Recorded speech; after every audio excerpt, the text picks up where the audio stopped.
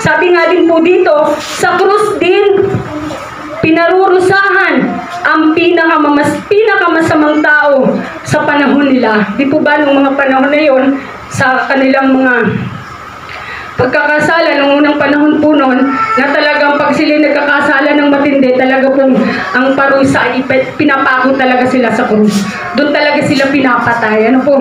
So sabi nga rin po dito, sa krus din ang panahon kung saan naganap ang pagliligtas ng ating Panginoong Yesus na isang inosente, ano po, at walang kasalanan para sa ating mga makasalanang tao.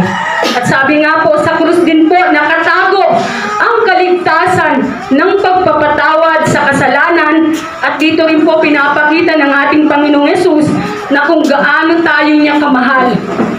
Mga kapatid, talagang tunay po na wagas ang pagmamahal ng Panginoong Yesus sa atin, na kahit po tayo'y makasalanan.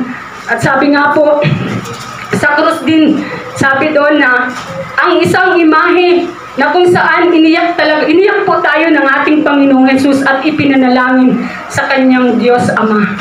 So, gusto ko pong ipaunawa sa inyo, sa atin, na ang kasalanan po, tandaan po natin na kahit gaano ito kalaki, kahit gaano ito kasama, tandaan po natin na ang Panginoong Yesus ay handa tayong patawarin. Ano po? So, kailangan lang po nating humingi ng tawad, lumapit sa Kanya. Ano po? So, sabi nga po, dagdag po sa aking pinag-aralan, alam niyo rin po ba na ang pagpapatawad sa ating mga kasalanan ay isang sukdulang kahabagan ng kapahayagan ng Diyos sa sanlibutan o sa mga tao o sa mga sino mang nagkakasala sa Diyos. Kahit nga sabi ko po kanina, siya yung pinakamasamang tao, kaya siyang patawarin ng Panginoon. O kahit na siya pa ang sinusukan na ng lipunan. Di po ba? Napakabuti ng ating Panginoon. So kung may isip po natin, Lord, talagang tunay kang mahabagin, mapagpatawan. So makikita po natin sa krus ng ating Panginoon na yung ginawa niya, ano po, na habang naroon siya sa krus ng Kalbaryo, grabe po ang kanyang pagmamahal para sa atin. So, ito po ang sabi nga po, yung unang wika na ating pag-aaralan, na winika ng ating Panginoong Yesus, dapat marapat lamang po na ito ay ating maunawaan. Ano po? At ano ang ibig sabihin at ano ang kahalagahan nito sa ating buhay? Una, it is a selfless petition. Pag sinabing selfless petition, walang pag-imbot, hindi makasarili. Showing the great concern to other people. So pinapakita sa atin talaga po ng ating Panginoong Yesus na sobra, ano po, alam mo po yun yung grabe yung kanyang pagpapahalaga, ano po, para sa lahat ng mga taong makasalanan dahil nga po sa ginawa niya sa krus ng Kalbaryo. So, halimbawa po, di po ba, kung iisipin natin, ang Panginoong Yesus naman ay anak ng Diyos Diyos naman siya, di po ba? Pwede naman niya kasing kunin na hindi na niya or sabihin or gawin na hindi niya na kailangan magpapako sa krus. Di po ba? Kaya naman niya yun Kaya naman niya patayin na lang lahat ng tao dahil nga makasalanan. Pero makikita po natin talaga na yung good news na ginawa ng ating Panginoong Yesus, ang gusto ng Diyos, makasama niya tayo. Ano po? Gusto ng Diyos na, dahil Diyos siya, na-enjoy niya yung eternal life sa langit. Ano po? So, napakasarap na maranasan na ikaw ay nasa langit. So, hindi yun ang iniisip ng Panginoon. Makikita po natin ang Diyos, ang Panginoong Yesus, ay hindi naging makasarili ng mga panahong iyon. Sapagkat ang gusto ng Diyos, makasama niya tayo. Gusto ng Diyos, ma-enjoy din natin yung eternal life sa lahat or sino mang tao na tatanggap at magsisisi sa kanyang mga kasalanan. Amen po ba? Amen. Pero maraming Kristiyano din po na alam din naman natin, na alam natin sa ating mga sarili na tayo'y pinatawad na rin ng ating Panginoon dahil naniniwala tayo na ang ginawa ng ating Panginoong Yesus ay para sa atin. Sabi nga po, sa sino man natatanggap, ano po, na sino mang mananalig para sa kanyang kaligtasan ng Panginoon. So dahil po mga Kristiyano na tayo, naniniwala tayo kay Jesus, pero dumarating po sa point natin na kahit Kristiyano na tayo, talaga pong minsan, hindi natin na maranasan ang pagpapatawad ng Diyos sa atin. Bakit po kaya, mga kapatid? So, dito po, may tanong po ako, bakit kaya maraming tao ang nahihirapan na magpatawad? Ano po kaya ang dahilan? Bakit napakaraming tao kahit born again na, kahit Kristiyano na, ang hirap pa rin magpatawad? Bakit po kaya? So, maaari po kasi, maaari na sila'y nasaktan, o kaya, maaari na hindi nila matanggap ano po yung mga ginawa sa kanila. Based on my experience, naranasan ko po yun. Pero sabi ko nga sa Panginoon, bigyan niya ako ng pusong malinis na mapatawad. Sabi ko sa Panginoon, tulungan niya akong ma-release yung mga galit, sama ng loob, hinanakit sa isang tao. Ano po? So, nagpapasalamat ako sa Panginoon sapagkat unti-unti nararamdaman ko na binibigyan niya ako ng kapayapaan sa mga panahon ngayon. Ano po? Sabi nga po, pinapaunawa nito sa atin na si Jesus ay kinakailangan din nating siyang tularan. Ano po? Sabi nga po, kung ang Panginoong Jesus ay nandun sa krus ng Kalbaryo para tayo'y patawarin. Ano po? Kasi kung walang Panginoong Jesus, walang kapatawarang mangyayari sa buhay po natin, mga kapatid. Amen po ba? Amen. So, kinakailangan. Pag sinabing kinakailangan, agad-agad talaga pong kailangan natin itong gawin. So, paano po natin ito gagawin? Letter A, sabi doon, we must deny ourselves. Tanggihan ang sarili. Ano po? We must deny ourselves. Ibig sabihin, pinapakita po sa atin ng Panginoon na yung ating mga sarili, tanggihan natin. Halimbawa, kung may halimbawa na lang nga po ay katulad nito, pagsamba. Napakarami mga tao na mas pinipili na hindi tanggihan ng sarili, bagkus ang tinatanggahan nila ay ang Panginoong Diyos. So ganito po, ibig sabihin, halimbawa, katulad po niyan, araw ng pagsamba. So dahil tatanggihan natin ang ating sarili, at lagi po yan ini-example ng ating kamanggagawa, unahin natin syempre ang ating Diyos. Kahit pasabihin po natin na marami tayong labaan, ay may tuyuin ako, kailangan matuyo. Ano po? So kahit meron akong, maraming huling balaw, kailangan kong mamakaw kasi para magkapera. Pero tandaan po natin na ang pagtanggi sa ating sarili, ang nagpapakita na dinidinay natin ang ating sarili at mas sinusunod natin ang ating Panginoon. Naunawaan po ba? Amen. Hindi po ba nalilito? O nabibiling sa mga paliwanag ko? Amen. Sige po, tuloy po tayo. Sabi nga po dun sa Lucas 20-42, pakibukas po. Sabi niya, Ama, kung maaari po ilayo mo sa akin ang kupang ito, ngunit huwag ang kalooban ko, kundi ang masunod ay ang kalooban mo. So makikita po natin, marirealize natin dito na ang Panginoon ay makikita natin na tinanggihan niya yung kanyang sarili. Di po ba? Tinanggihan niya kasi pwede naman nga sabi ko nga po kanina, halimbawa, kasi Diyos naman siya, makapangyarihan naman siya. Pero makikita po natin na mas inuna, mas inisip ng ating Panginoon yung gusto ng Diyos, yung gusto ng kanyang Diyos Ama, yung kalooban ng kanyang Diyos Ama kaysa sa kanyang sarili. Makikita po natin dito sa panalangin niya na huwag, nakiusap siya sa Diyos na huwag na alisin yung kupang kanyang pagdaraanan. Pag sinabi pong kupa, yung pagdurusa po talaga na kanyang dadanasin, na paghihirap. Sabi nga po niya, ngunit huwag ang kalooban ko, kundi ang kalooban mo. So talaga pong napaka buti ng ating Panginoon, talagang grabe po ang concern niya sa lahat ng mga taong makasalanan. Napakabuti, grabe po ang kanyang pag-ibig para sa atin. So, pakibuksan ko ang Mateo 16:24.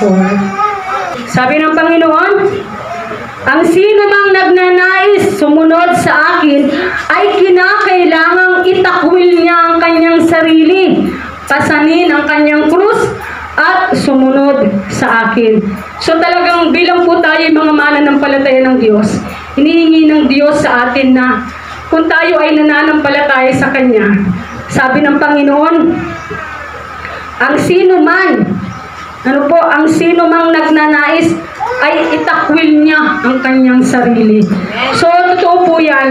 Alam niyo po, dumarating talaga sa point ng isang Kristiyano na minsan, madalas, hindi po magawang itakwil ang sarili. Totoo po ba? Amen po ba? Amen. Ano po, madalas, minsan, kinukuha natin yung inhingi na natin ng tawad sa ating Panginoon, yung isinuko na natin, minsan kinukuha natin, Lord, may ganito muna po ako. Naalala ko po pala yung testimony ko dito. So, nawa po sa akin ng Panginoon na kailangan itakwil ang sarili. Hindi naman po pag sinabing itakwil sa sarili, para bang laitin mo na, bakal pa sa buhay mo, yung mga ganun po, Hindi naman po. Iba po kasing ibig sabihin ito sa Panginoon, So, nung Webes po, ay last week, bago po yung Webes na yon, alam ko po ang mga kapatiran ay nagkaroon na ng mission sa Sabang. So, nakakalungkot po, or siguro dahil sa kapabayaan ko na din, hindi po talaga ako nakapagbukas ng GC.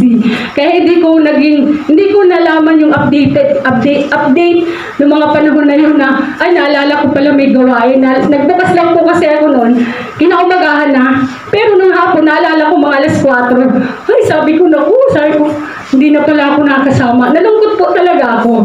Kasi alam niyo po ba, desire ng puso ko, na lagi po din ako magbahagi ng salita ng Diyos.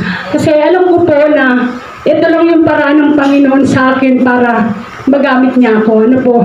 So, nung pagkakataon po yun, dumating ang asawa ko. Planado na po talaga ako Talagang nagbihis na ako, naligo na ako. Maya-maya, dumating yung asawa ko. Alam niyo po, Lunes hanggang Miyerkules, wala talaga pong, di po ba, sa mga batingan walang tuyuin. Tama po ba? Tama po. So, mga ganong araw po, wala talagang tuyo. So, sabi ko, makakaano ako. Kasi talagang hindi pinahintulutan ng Diyos na may tuyo. So, nung hapon po, ng Webes, paalis na ako. Nagulat po ako. Talagang nagulat ako. Kasi, nakita ko yung asawa ko, ang daming tuyo grabe. Sabi ko, ang daming tuyo. Sabi ko, pinag-iisipan ko, Lord, ano dapat maging desisyon ko? Pero, nangingibabaw po talaga sa akin ng salita ng Panginoon na itakwil ang sarili. Kasi doon din po sa aking nagiging buhay, inaamin ko po na hindi na ako nakakapagtuloy mag-share ng Word of God. Dahil din po sa mga panahon na ang aking mga tinuturuan ay nagiging busy. Alam niyo naman po yan. Dahil karamihan po ng aking mga binabaginan ay napaka-busy po sa pagtitibulaka. Kaya wala pong oras o panahon, araw na sila'y aking mapuntahan. Madalas nga po, sinasadya ko na, nagtatanong na ako kung maraming balaw, hindi. Talagang laging pagkibot meron. So, pag ganun, talaga pong nalulungkot ako, humingi din ako sa Panginoon, Lord, bigyan mo ako ng lakas ng loob, ng tapang. Kasi po, alam niyo po ba, kapag nandun na yung desire, yung passion mo sa pag-share ng Word of God, tapos hindi mo ito nagagawa, sinasabi ko po sa inyo mga kapatid, talagang panghihinaan ka espiritual. Totoo po, naranas ko. Kahit may prayer, may devotion, pero iba pa rin yung sumusunod ka Kasi sabi ng Panginoon, sumunod, di po ba? Kapag itinatakwil natin ating sarili, kailangan pinapasa natin yung krus ng Panginoon. At ito'y pinapakita sa ating pagsunod. So, tapusin ko po ang ating testimony. So, napahaba na po ang aking sinasabi. So, sabi ko, Lord, bakit ganun? Sabi ko, kung kailan ako ay kailangan po yung tuyuin talagang inuutos sa akin asawa ko, tuyuin mo na yan. At sa akin makahaplo sa init alauna pa lang po yun. Sanay kasi talaga ako, pag nagtuyo, abot talaga sa init, talagang dinadali-dali ko yan. Pero sabi ko sa sarili ko, Lord, susunod ako sa iyo. Susunod ako sa iyo. Talagang pinabayaan ko, sabi sa akin ng asawa ko, sabi ko, bahala ka na sa tuyuin mo yan. Ganun po ang sagot ko. Basta may gagawin ako, sabi ko sa Panginoon. So habang naglalakad ako, lagi, para baga pong ang pakiramdam ko, bumalik ka. Yung tuyo yung sayang, magkakapera ka. Alam niyo po ba yun? Yung pakiramdam na kahit Krisyano ka, kailangan mo ng pera. Di po ba? Di po ba kailangan natin ng pera? Pero dun ko po nakita at napaunawa sa akin ang Panginoon ay tunay na ang Panginoon ay nagpo-provide. Ano po, na kahit ang puso ko ay gusto kong gawin yon, naniniwala ako na ang Diyos ay magpapala din sa buhay ko. Ano po, so talaga po sabi ko, Lord, susunod ako. At habang nandun nga po kami, napakasaya po ng aking nararamdaman. Alam niyo po, ang tagal, hindi ko po alam kung mga isang buwan akong nagtigil sa pagbabahagi ng salita ng Diyos. Hindi ko po siya masyadong matandaan, pero yung naramdaman ko po sa lugar na yon, sabi ko nga kay Ate Mary Ann, sabi nga niya nga rin po sa akin, nanginginig daw siya. Sabi ko naman, sinaway ko siya. Sabi ko, kapatid, bakit ka nanginginig? Pero sa totoo lang po, ako rin nanginginig. So pinalakas ko lang siya, pero yung sarili ko, nararamdaman ko dahil nga po, parang hindi na ba ako sanay sa ginagawa ko. Tama po ba? Kasi nihinto ako eh. Kaya parang nararamdaman ko talagang kabado. Pero sabi nga, dahil susunod ka, itatakwil mo ang sarili mo. So ginawa ko pa rin mag-share ng Word of God. At sobrang nabibless po ako doon sa mga batang tinuruan ko. Sapagkat nakita ko po sa kanilang mga mukha na talagang parang ramdam na ramdam ko na parang bang ang dami lang parang inisip, ganun ba yun? Parang mga ganun po. Yung reaction, kahit hindi ko man po nalaman kung ano yung pumapasok sa kanilang isip, pero makikita ko yung reaction na talagang parang nagugurulat sila. Ano po? So, salamat sa Panginoon dahil nung araw na yun, kahit patuloy kami nag-share ng Word of God, ay unti-unti naramdaman ko po talaga na binigyan ako ng Diyos ng kapayapaan. So nawala po ang takot na aking nararamdaman. Ano po, sapagkat sabi nga, sumunod ako sa Diyos. So sa mga oras din pong ito, alam niyo po, sabi ko nga kanina, ako po'y nanginginig. Pero nagpapasalamat po ako dahil sa mga oras din ito, tinatanggal ng ating Panginoong Yesus ang aking panginginig. Ano po? So sinasabayan ko na nga po ng tawa. Ano po? So salamat po. So tuloy po tayo sa ating pinag-aralan. Sabi nga po, naging posible kay Jesus na idalangin sa mga kapatawaran ng mga taong makasalanan na sa panahong siya ay nahihirapan sapagkat bago pa siya ipako sa krus, ang buhay niya isinabmit niya na nang siya ay nasa harden ng Getsemani. Sabi doon, nanalangin siya sa Ama na kanyang sinabi, huwag ang kalooban ko, kundi ang kalooban mo. So, napakaganda po ng ating ginawa ng ating Panginoong Yesus. At ito isang halimbawa na ibinigay ni Jesus na ang pagpapatawad ay kailangan din pong ipagkaloob sa sino man. So mga kapatid, kailangan po natin magpagpatawad. So aray po. Pero salamat sa Panginoon at talagang pinapaunawa po ang salitang ito. So kinakailangan po talaga. Sabi, ano man ang pinagdadaanan natin sa buhay, ay magagawa lamang po natin na tayo'y magpasakop sa ating Panginoong Yesus kung ating isinabmit ang ating buhay.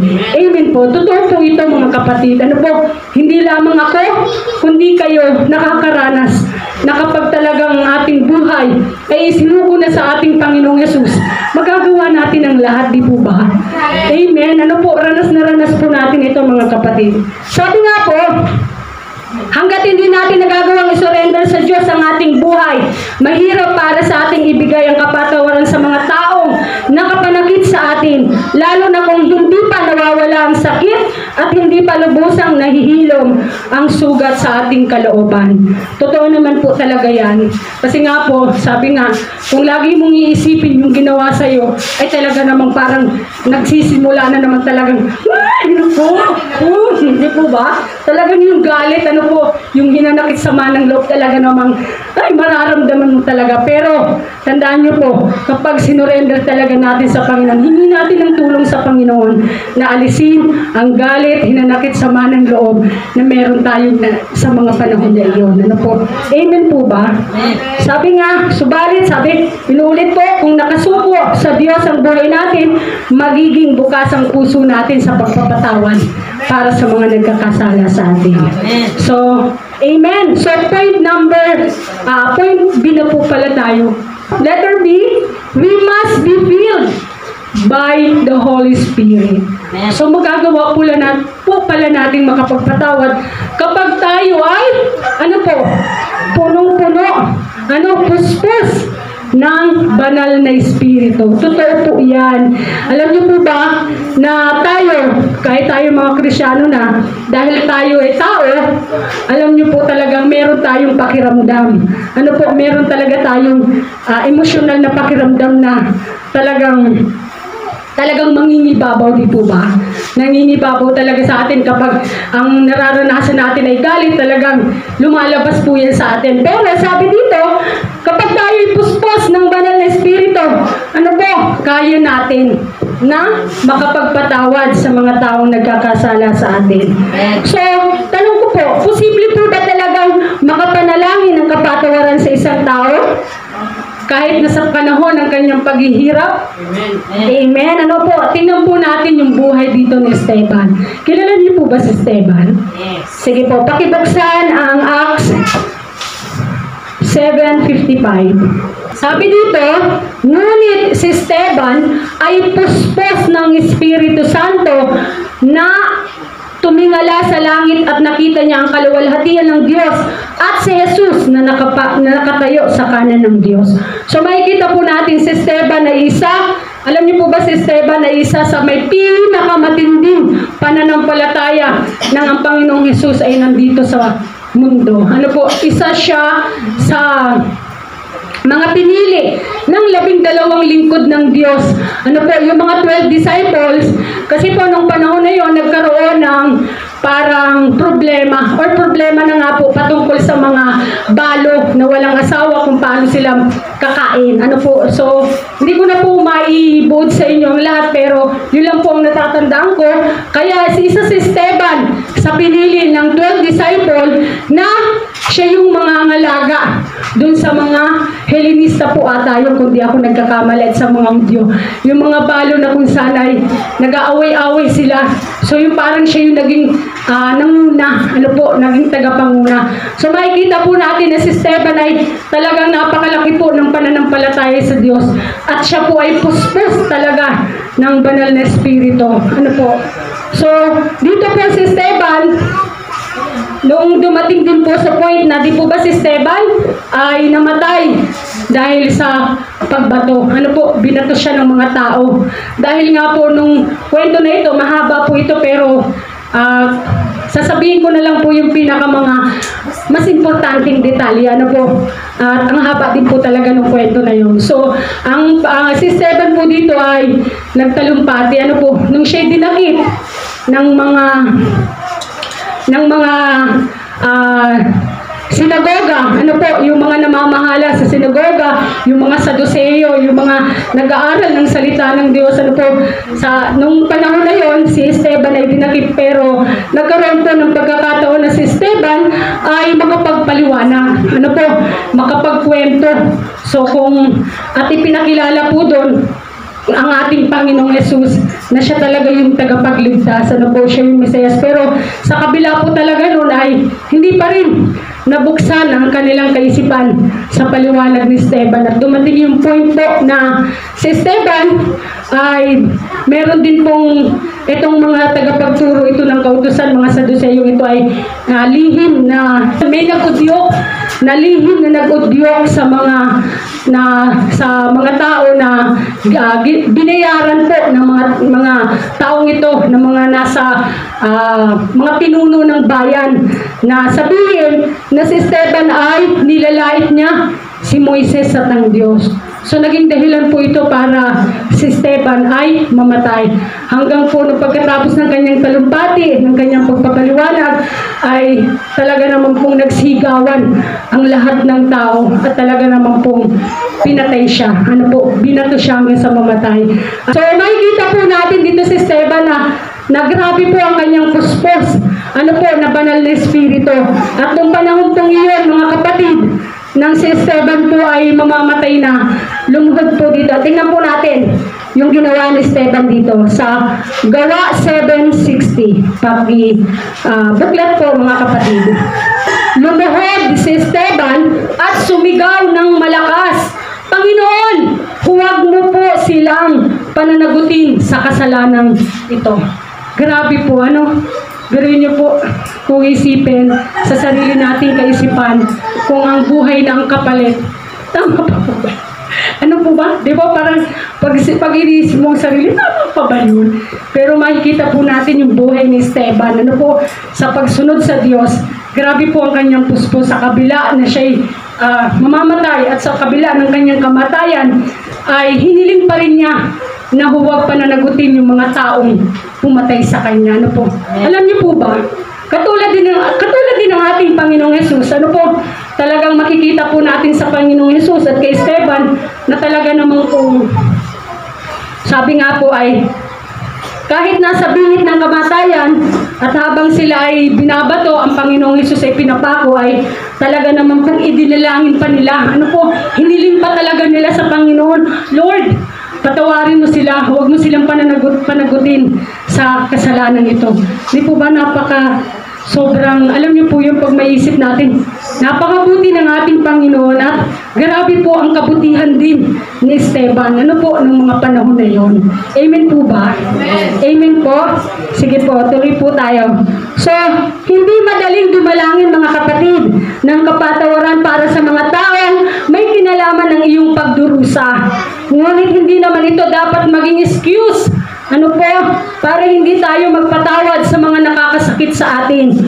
Magagawa na lamang ito tulad ng ating Panginoong Hesus at si Esteban kung tayo'y puspos ng Espiritu Santo sapagkat hindi nababatay sa ating kalooban ang pagpapatawad, kundi nababatay po ito sa kalooban ng ating Panginoong Diyos Ama. Amen. Totoo po yan. Ano po, sabi ko nga kanina, kung sa sarili natin, napakahirap pong magpatawad. Totoo po yan at danas na danas ko po yan. Pero kapag ang Panginoong Hesus ay nasa iyo, ano po, talagang ang Diyos magtuturo at papalalahanan ka na kailangan mo, anak, magpatawad ka. Amen po? Amen. Amen. So, sabi nga po, tinuturuan tayo ng Diyos na lagi po tayong ipanalangin or lagi po natin ipanalangin ang mga taong umuusig sa atin o ang mga taong nagkakasala sa atin. At ganoon din po tayo mga kapatid. Ano po, hindi lang sila yung hingi natin ng kapatawaran, kundi tayo din naman po. Tandaan po natin na hindi lang sila, tayo din. Ano po, kailangan magpatawad or patawarin din ng Panginoon. So, salamat po at ituloy pa po natin. Sabi nga po doon, sa point number 2, sabi doon, it is an absolute pardon. So, kanina po, ito po ay talagang ni-research ko po ito. Napakalaki po ng ibig sabihin pala ng absolute pardon. Ano po, alam niyo po yung pag sinabing pardon, sa taga-pardon, sabi natin meron parol daw. So, dun sa ni-research namin kanina, lumabas ay ganap na pagpapatawad. Ano po? So, dito po din sa ayon sa aking pinag-aralan, ang absolute pardon ay pag-alis sa pananagutan kriminal ng isang tao na walang kondisyon. Ano po?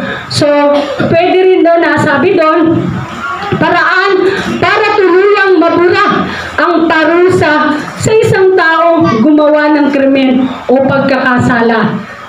Ginawa ng Panginoong Diyos na ialay, na ibigay sa atin ang Panginoong Hesus para tayo ay, patawarin, iligtas tayo doon sa apoy ng impyerno. Ginawa yun ng Panginoong Hesus para sa atin mga kapatid. Talagang wala nang pwede pa na gumawa nun. Walang iba kundi ang ating Panginoong Hesus. So, tuloy po natin, pakibuksan po ulit ang Lucas 23:34, sabi doon, Ama, patawarin mo sila sapagkat hindi nila alam ang kanilang ginagawa. So, naniniwala po tayo na ang kamatayan ni Jesus sa krus ay sapat na. Para sa kapatawaran ng ating mga kasalanan. At ang kanyang pagdurusa na umako ng kaparusahan na nauukol sana sa atin. At kaya hinihiling niya tayo na tayo patawarin sa lahat ng ating mga kasalanan. So napakabuti talaga po ng ating Panginoong Hesus. Sa inuulit po natin na yung kamatayan ng ating Panginoong Hesus ay sapat na ganap na. Ano po? Ganap na tayo ay pinatawad ng Diyos. Ang kinakailangan lang po natin ay tanggapin. Ano po? Tanggapin natin. Paano ba po natin? Or anong maaari natin gawin upang matanggap ang kapatawarang ibinibigay ng Diyos? Letter A, sabi po doon, we must believe in Jesus Christ, Lamb of God. Sabi doon ay, maniwala tayo na si Jesu Cristo, ang kordero ng Diyos. Ano po, siya yung nag-aalis ng lahat ng ating mga kasalanan. So sabi nga po, si Jesus, sapat na. Ano po, wala nang iba pa. Yung ginawa ng Panginoong Yesus sa krus ay sapat na. Ano po, ganap na. Hindi mo na kailangan gawin o pahirapan pang yung sarili. Ang kailangan mo na lang ay tanggapin. Ano po, tanggapin ang Panginoong Yesus sa buhay mo. Amen po ba? Amen. So, sabi nga po, si Jesus ay dumalangin ng kapatawaran sapagkat siya ay kordero ng Diyos. Ano po, siya yung inihain ng Diyos para sa mga kasalanan natin. Di ba ba? Natatandaan niyo po kapag naghahalimbawa ang ating kamanggagawa, noong unang panahon, ang ginagawa ng mga tao o ng isang tagapagturo ng kautusan o nanunungkulan sa isang simbahan ng Diyos, ang kanilang ginagawang paghingi ng tawad sa Diyos ay nag-aalay. Ano po ba gano'n? Tama po ba? Nag-aalay ng isang tupa o isang hayop na malinis. Ano po? Walang duhis. So talagang, di po ba pag-iisipin, no? Sa dami ng mga tao na laging nagkakasala, siguro mayak-mayak may pinapatay. Ano po? Sayang. Kasi sobrang, kung halimbawa kainin, burusog na may ganun po. So ngayon, napaka binigay sa atin ng Panginoon yung napakadaling pamamaraan. Ano po, hindi na natin kailangan, paano nga kung wala kang alaga noon, ano po. Pero ang alam ko po, natatandaan ko noong unang panahon ng mga tao ay mayayaman pa. Ano po, mayayaman, hindi katulad ngayon, naghihirap. Tama po ba? Naghihirap. So, pero tayo po ay dahil may Diyos tayo, hindi niya hayaan tayo lalong naghihirap. Ano po, laging ang Diyos ay magpapala po sa ating buhay. So, yun po yung mga panahon na yun, ano po, kung paano ang kasalanan ay kailangang mapatawad ng Diyos. Pero ngayon, napakadali po ng ginawa ng ating Panginoong Yesus. Bagamat siya yung naranasan niyo yung paghihirap, naranasan niya yung pagdurusa, pero para sa atin, pinadali ng ating Panginoong Yesus. Ano po, kailangan lang talaga natin nakilalanin, ano po, tanggapin ang ating Panginoong Yesus sa ating buhay. So, letter B na po tayo. So, kinakailangan po natin gawin, ano po, yung panaligan or sampalatayanan natin yung ginawa ng Panginoong Yesus sa krus. Letter B, sabi po dito, we must accept God forgiveness through faith. Ano po? So, sa Tagalog, sabi doon ay tanggapin natin ang pagpapatawad ng ating Panginoong Yesus sa pamamagitan ng pananampalataya sa Kanya. Amen po ba? Amen. Ano po, tanggapin natin. So ito lang naman po yung talagang pinakakailangan natin gawin. Ano po, tanggapin yung ginawa ng Panginoong Yesus para sa iyo, mga kapatid, para sa akin, para sa lahat ng mga taong kikilala kay Jesus. Tanggapin. Ano po, maniwala tayo sa ating Panginoong Yesus. Sabi nga po sa Gawa 10:43, siya ang tinutukoy ng propeta ng kanilang ipinahayag na ang bawat sasampalataya sa Kanya ay tatanggap ng kapatawaran sa kanilang mga kasalanan sa pamamagitan ng Kanyang pangalan. So yun lang po mga kapatid ang pamamaraan natin or kailangan natin gawin. Ano po? Yung pagtanggap, pagsampalataya natin sa ating Panginoong Yesus sa Kanyang ginawa para sa atin upang tayo ay Kanyang patawarin. Amen po. Patawarin. Ano po? Sabi nga po, dahil sapat na ang kamatayan ni Jesus sa krus para bayaran ang ating kasalanan, wala na tayong dapat gawin, kundi tanggapin talaga po ito. Ano po, tanggapin. Sabi nga po, kung minsan tayo na lamang ang hindi nakakapagpatawad, mga kapatid, tama po ba ito? Amen. Ano po, yung katotohanan, amen. Pero sabi nga, kapag tayo ay nasa Diyos, nakasuko tayo sa Diyos, kaya nating magpatawad. So, hindi makapagpatawad sa ating mga sarili dahil nais natin pagdusahan ang mga kasalanan. Sa nagayon ay binayaran naman na ni Jesus sa krus sa lahat ng ating kamalian. So, anong kailangan? Sabi nga po, anong kailangan lamang natin gawin mga kapatid? Katulad po kanina ng sinabi ko, ito ay tanggapin. Ano po, sampalatayanan natin ang ginawa ng ating Panginoong Yesus sa krus ng Kalbaryo. Ano po, last verse na po tayo. Last verse and conclusion na rin po ito. So sabi nga po, anong kailangan natin gawin? Tanggapin. Tingnan po natin ang unang Juan 1:9. Sabi po doon, subalit kung ipinapahayag natin sa Diyos ang ating mga kasalanan, maaasahan po natin na tayo'y patatawarin ng Diyos sa mga ito at lilinisin tayo sa lahat ng ating mga kasalanan sapagkat siya ay matuwid. Amen po. Amen. Ano po? Sabi nga, sa tandaan din po natin conclusion, sapagkat kung hindi natin tatanggapin ang kapatawaran, nananatili po sa atin ang kasalanan. At wala pong naghihintay sa atin, kundi ang kaparusahan sa impyerno. So mga kapatid, pinapaalala po sa atin ng Panginoon, natanggapin po natin ang ginawa ng ating Panginoong Yesus sa krus ng Kalbaryo. So salamat po sa inyong pakikinig. To God be the glory. Amen. Tayo mga kapatid, mag-pray po tayo. Sabi ng Panginoon, Father, forgive them for they don't know what they are doing. Ngayon mga kapatid, kung meron tayong mga naalalang nakasakit sa ating buhay, sino man yun, sabihin natin sa Panginoon sa panalangin ngayon, pinapatawad ko na siya, Panginoon.